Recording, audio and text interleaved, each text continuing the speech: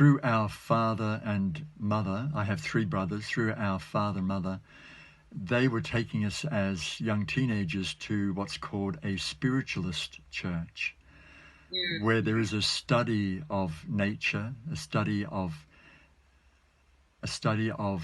you could call it nature spirits, other subtler realms, the spirit guides, guardian angels, where people go to the higher astral realm when they transition out of this human dimension, you could say, out of this 3D reality. So my mother and father would be taking us to that.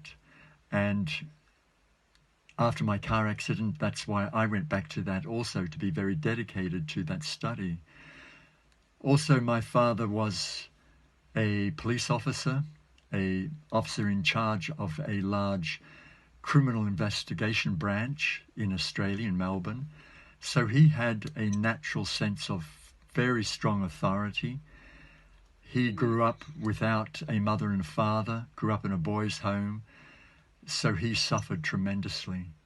And he became a very amazingly dedicated, self-made man, so to speak, focusing on really being successful in the world no matter what, and always trying to do his best for the goodness, you could say. So he did his best to really provide for us.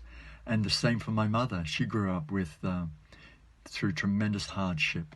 So they were my mentors, you could say, my mother and father in the beginning. So always reminding us about goodness, about loving one another.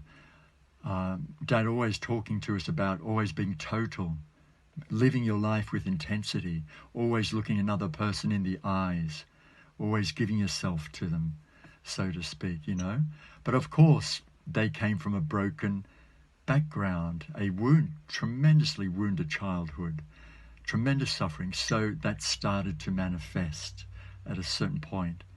But out of my own conscious awareness, because as children you're starting to watch all, you could say, the conflicts start to seep in, a certain amount of the dysfunctionality building up and adding to the children in the family, and so on and so on. There's a great deal of suffering happening in the family. It was extraordinary. That in itself then became a project for me to really, how do I become free of this suffering?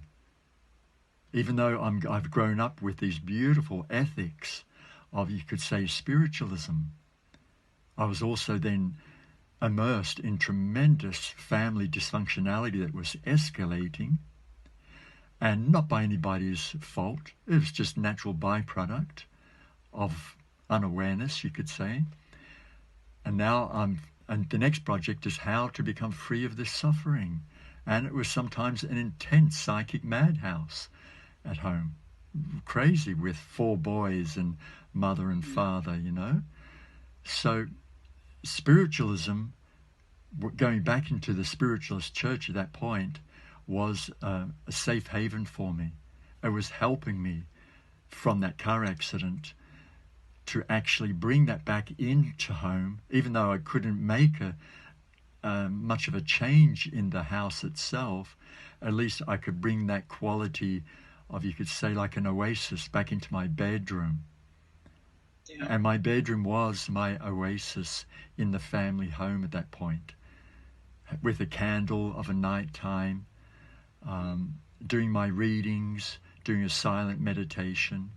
So that spiritualism, which was very much Christian-based in some sense also, or you could say Christ-based.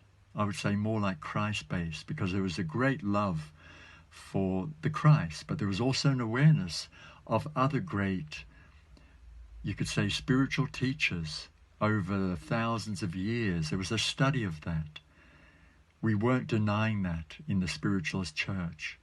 We were welcoming those other great spiritual luminaries that have emerged throughout thousands of years, emerged in order to help humanity, in order to be a brother or a sister, to help other brothers and sisters.